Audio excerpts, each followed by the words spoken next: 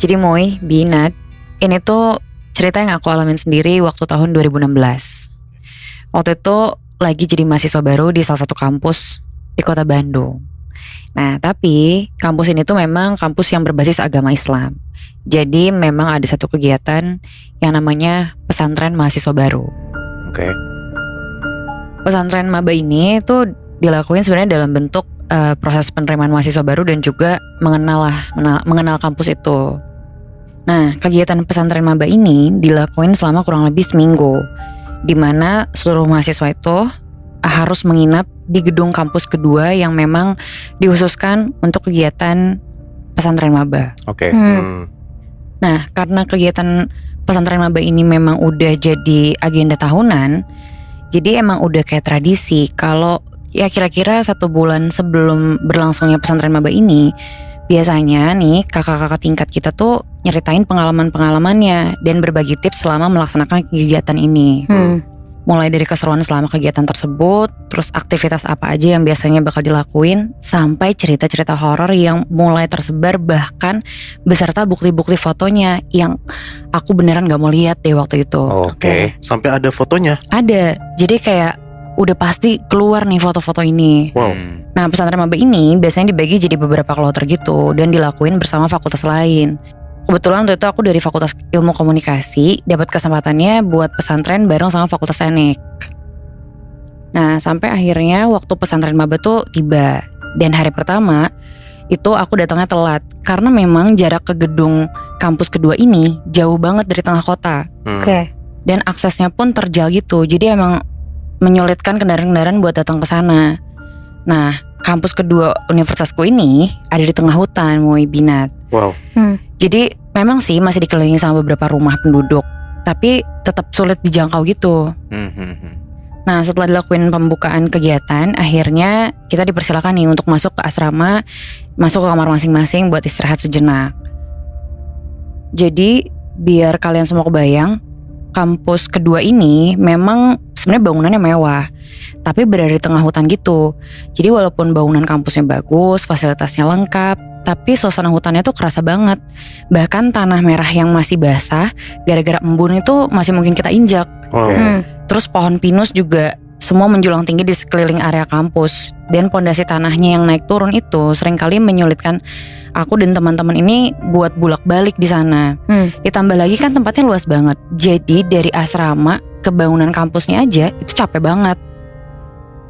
Oh iya, asrama putra sama putri ini juga terpisah cukup jauh. Kebetulan asrama putri itu ada di posisi yang lebih tinggi dibanding asrama putra. Jadi jaraknya memang lebih jauh kalau ke gedung kampus. Nah, biar kalian kebayang nih, kegiatan pesantren itu dilakukan selama 6 hari yang isinya itu adalah pendidikan-pendidikan agama Islam. Jadi mulai dari bangun sholat tahajud, terus dilanjut ke ceramah sebelum subuh, terus sholat subuh, udah gitu nanti ada lagi sarapan bersama, baru dilanjut lagi kelas yang siang, dilanjut lagi kelas yang sore, bahkan sampai kelas terakhir itu jam 10 malam. Oh, berarti seharian banget ya? Betul, seharian banget. Jadi isinya itu benar-benar semuanya tentang pendidikan agama Islam. Tapi harusnya kan kondisinya mungkin lebih menenangkan gitu kan, lebih menenteramkan. Tapi enggak tahu kenapa walaupun semua kegiatannya itu tentang agama Islam ataupun tentang hal-hal yang berbau religi, tapi tetap keadaannya tuh mencekam di sana. Karena di daerahnya banyak pohon-pohon terus di dalam hutan gitu kali ya? Kayaknya sih gara-gara itu ya.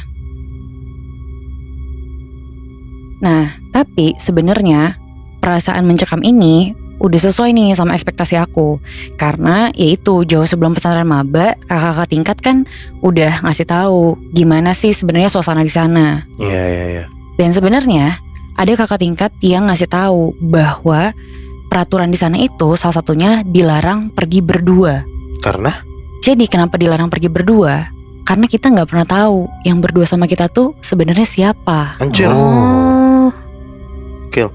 Nah, karena aku udah dikasih tahu soal ini, akhirnya aku kasih tahu lah sama mahasiswa-mahasiswa yang lain di sana. Dan kita sepakat semua bahwa kemanapun kita pergi, kita akan perginya beramai-ramai. Nah, hari demi hari tuh udah dijalanin tuh sampai akhirnya udah masuk malam keempat. Nah, ini kan udah pada mulai bosan, udah mulai capek, apalagi juga mungkin situasi yang cuacanya lebih dingin. Terus ditambah lagi juga mungkin teman-teman udah banyak yang pengen pulang karena kelelahan. Di malam keempat ini udah mulai banyak nih yang sakit. Dan sampai akhirnya nih aku mulai ngerasa ada sesuatu yang aneh. Di malam keempat ini aku mulai agak kesulitan buat tidur. Nah ini informasi juga buat kalian nih Moy Binat. Jadi di asrama itu bentuk kasurnya bunk bed, atau kalau kalian lebih tahu ini kasur tumpuk. Iya. Nah jadi otomatis agak cukup tinggi ya kasurnya. Mungkin sejajar telingaku gitulah kalau aku berdiri. Dan di dalam satu kamar itu berisi 12 bunk bed yang diisi 24 orang. Iya. Nah di malam keempat itu aku masih inget banget nih, jam 1 pagi aku tuh kebangun. Ternyata temenku yang ada di kasur bagian bawah itu kebangun juga. Dan setelah kita ngobrol sebentar, kita sepakat udah deh kita coba tidur lagi aja. Aku rasa kan aku udah tidur cukup lama ya. Tapi ternyata ketika aku lihat jam, itu baru jam 1 lebih 5. Berarti aku baru 5 menit tidur lagi. Nah setelah itu aku pikir kayaknya aku harus coba paksa tidur lagi aja deh. Tapi ketika aku mau coba tidur, aku ngelihat ada sosok hitam, tinggi, dan besar yang jalan ke arah aku dari pojok pintu. Nah karena kondisi lampu kamar asrama ini dimatiin, aku pikir itu tuh salah satu temanku gitu yang mungkin kebangun dan mau ke kamar mandi. Karena kamar mandinya ada di dalam kamar asrama.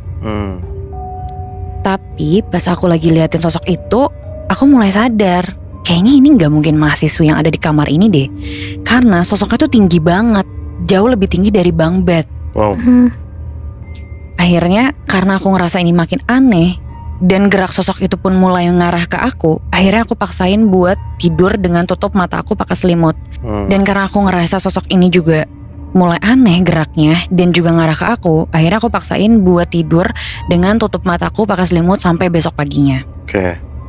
Kejadian malam itu tuh gak pernah aku ceritain sama siapapun karena aku takut teman-teman yang ada di asrama ketakutan. Tapi ternyata gak cuman aku yang ngalamin hal-hal aneh. Di besoknya, di hari kelima tuh ternyata ada 2 orang temanku yang juga ngalamin hal yang aneh dan menyeramkan. Sebut aja ada Kanza dan juga Kila. Jadi mereka ini datang ke masjid agak terlambat dibanding yang lain. Akhirnya mereka mau gak mau datang berdua aja.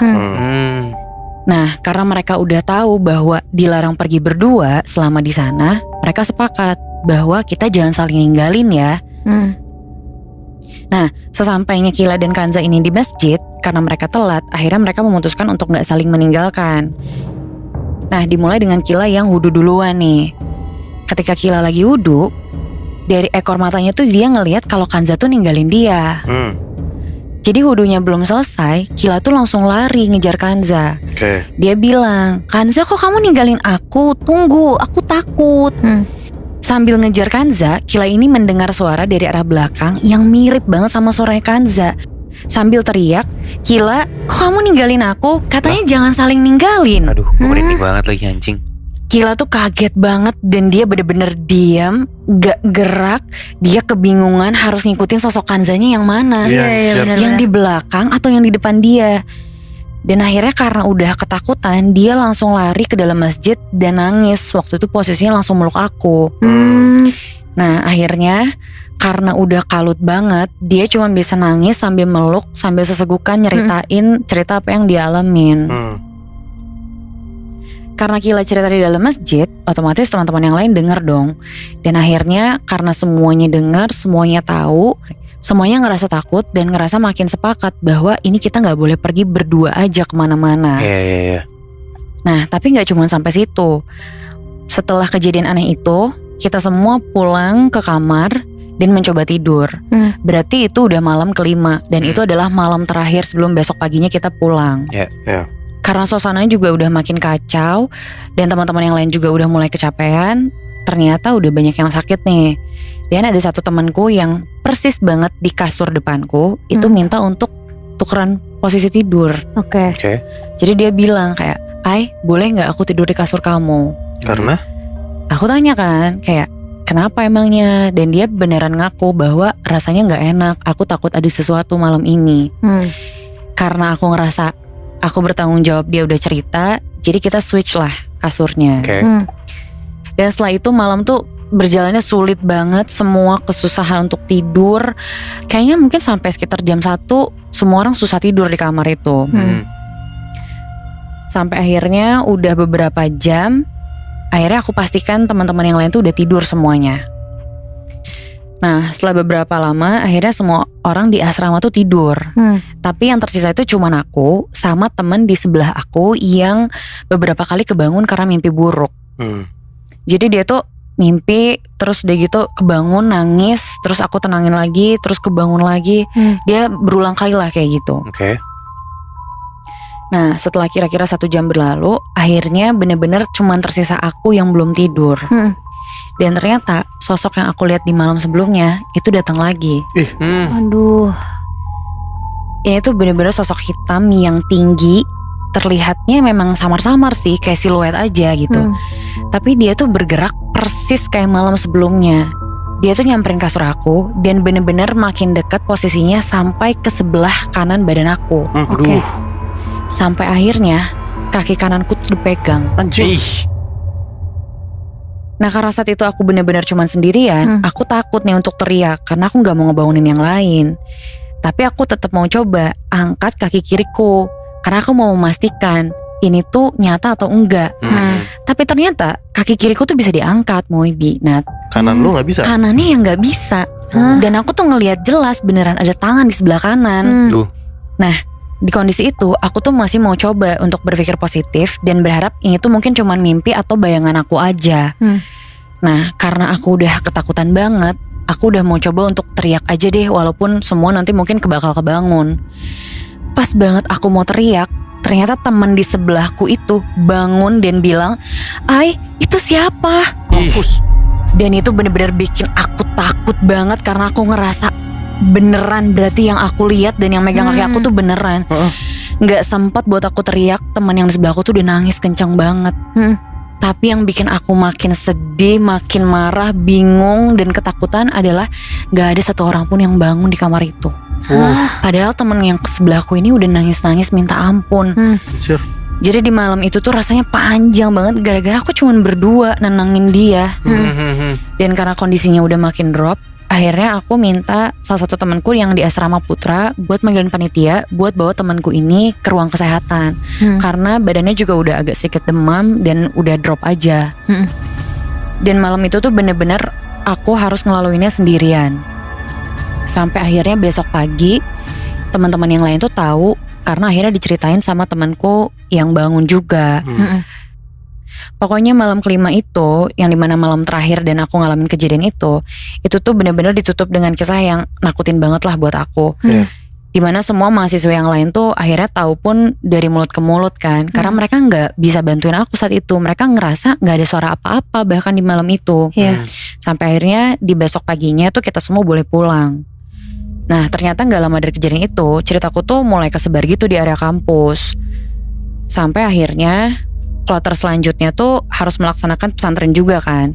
Tapi yang lebih bikin aku kaget adalah ketika kloter selanjutnya mau pesantren, ternyata kamar yang aku tempatin itu udah digembok, udah dikunci.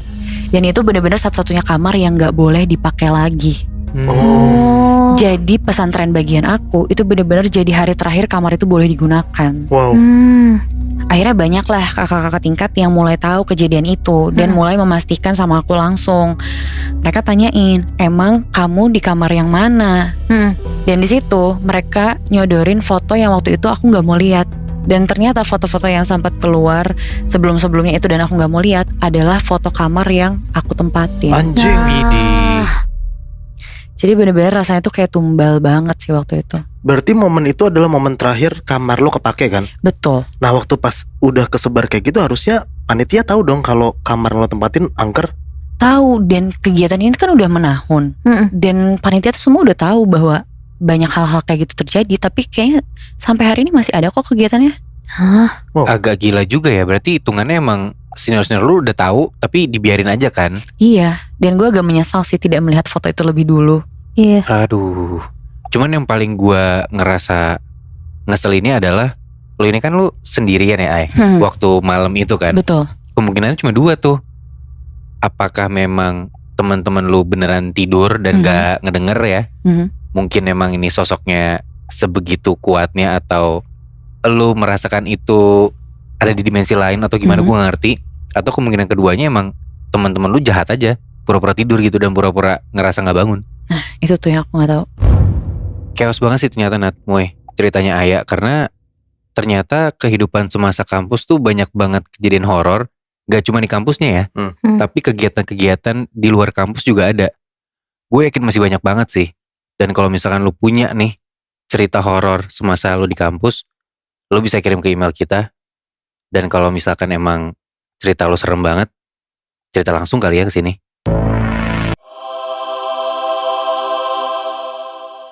Padahal ini masih zaman kuliah Nat ya. Lo bayangin aja, biasanya lo kena pelet atau lo pernah dengar cerita pelet itu kan di kampung, waktu pas udah tua gitu kan. Nah ini masih kuliah masalahnya. Cerita ini berawal di tahun 2017. Waktu itu ada satu cewek, sebut aja namanya Ambar. Dia ini baru masuk kuliah dan jadi maba lah di salah satu kampus di Jakarta. Awal jadi maba pasti wajar dong kalau anak baru nyari relasi ke teman-teman buat dapet info kuliah, temen nongkrong gitu kan. Singkat cerita akhirnya Ambar itu kenal sama salah satu anak kampus baru juga nih, satu jurusan, sebut aja namanya Romi, cowok nih. Oke. Sedikit background tentang Romi, dia ini anak rantau dari luar pulau. Jadilah akhirnya Ambar dan Romi ini dekat, berawal dari teman-temanan biasa. Lama-lama si Romi suka sama Ambar. Satu hari Romi nembak Ambar. Nah tapi nembaknya tuh kayak maksa-maksa gitu Nat ya, buat jadi pacar Ambar sampai nge-begging ganggu gitu loh. Jadi gitu nih ditolak lah sama si Ambar. Setelah ditolak, si Romi ini emang ngejauh dan hubungan pertemanan mereka pun juga akhirnya makin renggang. Tapi beberapa hari kemudian Ambar tuh tiba-tiba ngerasa kayak gak nyaman dan mulai tiba-tiba banget nih nyariin Romi, kepikiran Romi. Akhirnya setelah beberapa hari Ambar ngerasain kangen yang berlebihan sama Romi. Romi baliklah ke Ambar dan akhirnya mereka berdua mutusin buat pacaran. Oke. Selama pacaran ternyata Romi ini sebetulnya bukan orang yang baik banget. Kata Ambar, perlakuan Romi tuh kasar. Terus setiap minggu tuh pasti ada aja diberantemin. Sampai pas lagi berantem, si Romi tuh sering banget mukulin Ambar. Setelah berapa lama mereka pacaran, pernah satu hari Ambar tuh pergi makan sama Romi. Terus Romi minta Ambar buat bayar pesanan pakai dompetnya si Romi. Nah Romi kasihlah nih dompetnya ke Ambar. Pas Ambar buka dompetnya dan mau ngeluarin uang dari dompetnya si Romi, Ambar tuh ngeliat kalau ada dua benda di dalam dompetnya Romi tuh yang kayak aneh banget gitu. Satu bentukannya kayak tokoh wayang, dan satunya lagi tuh berbentuk keris. Nah bentuk semua itu kecil dan kurang lebih tuh cuman 5 sentian lah. Abis itu Ambar nanyalah ke Romi, itu benda apa? Karena kan si Ambar juga belum pernah ngeliat benda kayak gitu. Romi jawab kalau itu ternyata cuma gantungan kunci dikasih sama temennya. Setelah kejadian itu, di hari-hari berikutnya Ambar udah gak pernah lagi tuh ngeliat si benda aneh itu di dalam dompetnya si Romi. After Ambar ngeliat benda yang ada di dalam dompetnya si Romi itu, Ambar tuh malah ngerasa dia tuh jadi makin suka sama Romi. Makin gak bisa lepas, makin bucin, dan di mata Ambar tuh Romi tuh cowok yang paling baik lah. Pokoknya gak ada yang bisa ngalahin Romi lah gitu.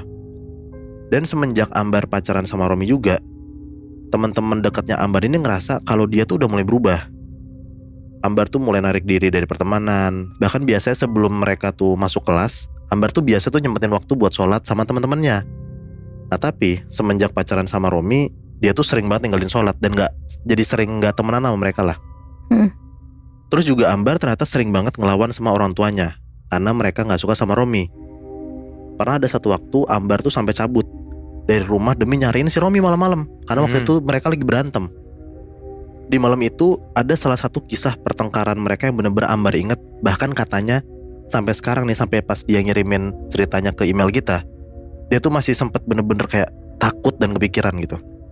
Di sekitar tahun 2018, waktu itu tuh dia dan Romi jadi kayak panitia ospek.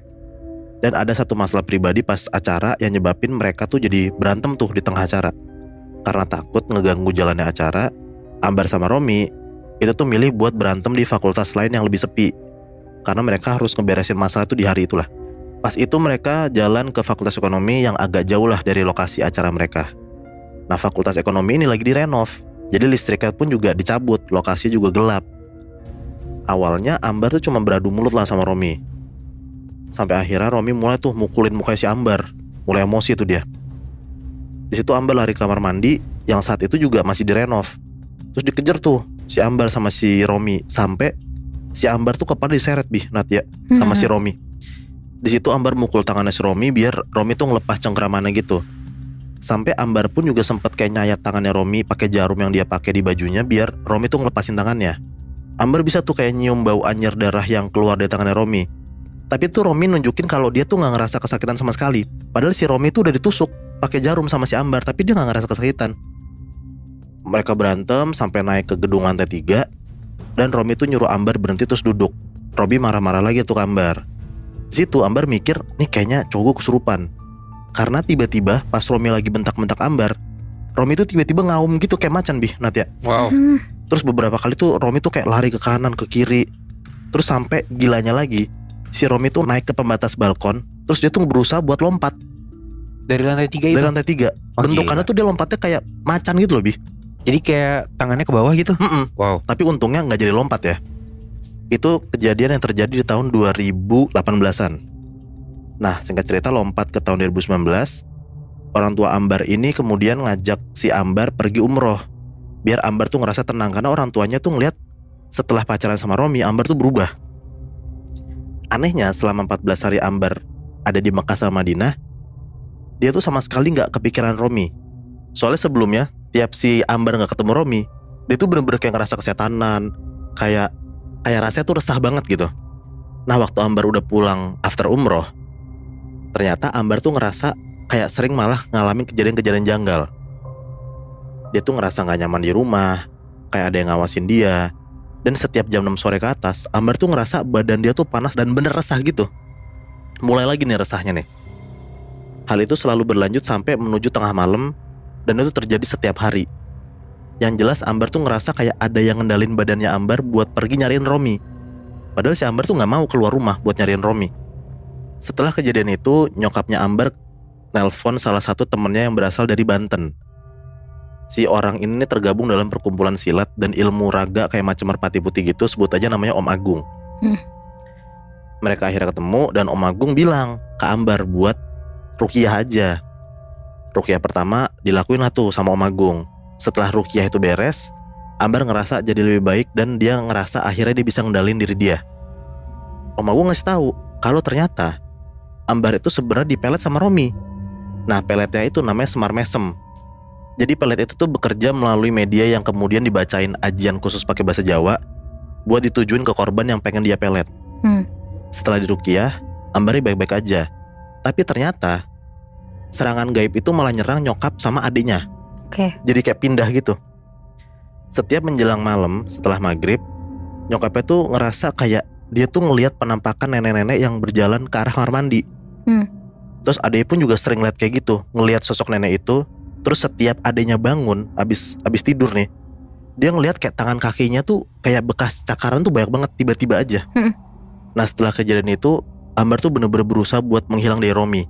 Karena Ambar ngerasa ternyata yang kena korbannya tuh bukan dia doang, sampai orang tuanya juga kan. Kabar terakhir yang dia dapat, si Romi itu balik ke kampungnya pas Covid. Kan Covid kan 2019an kan. Nah terakhir tuh 2019 tuh kejadiannya. Dan sepanjang tahun 2020 sampai 2022, Ambar kemudian ngejalanin ruqyah rutin. Selain ruqyah sama Om Agung, dia juga ruqyah sama salah satu ustadz yang emang berpengalaman lah dalam hal ruqyah. Nah sampai sekarang, sesekali nih si Romi tuh masih mantau Ambar katanya Nat ya. Romi tuh masih sering nelponin nomornya Ambar, chat-chat Ambar, pokoknya masih ganggu Ambar, tapi terornya tuh cuman via sosmed aja gitu. Untungnya sampai detik ini alhamdulillahnya udah gak ada lagi hal mistis yang dialamin sama keluarga Ambar. Dan akhirnya ya mereka udah gak pernah ketemu lagi. Gila. Tapi kebayang gak sih Muy, kalau misalkan si Romi ngelakuin lagi tapi ke cewek lain? Bisa jadi lagi karena kan dia mau ngelakuin segala cara buat dapetin cewek yang dia mau kan. Iya. Cing serem banget kalau kayak gitu.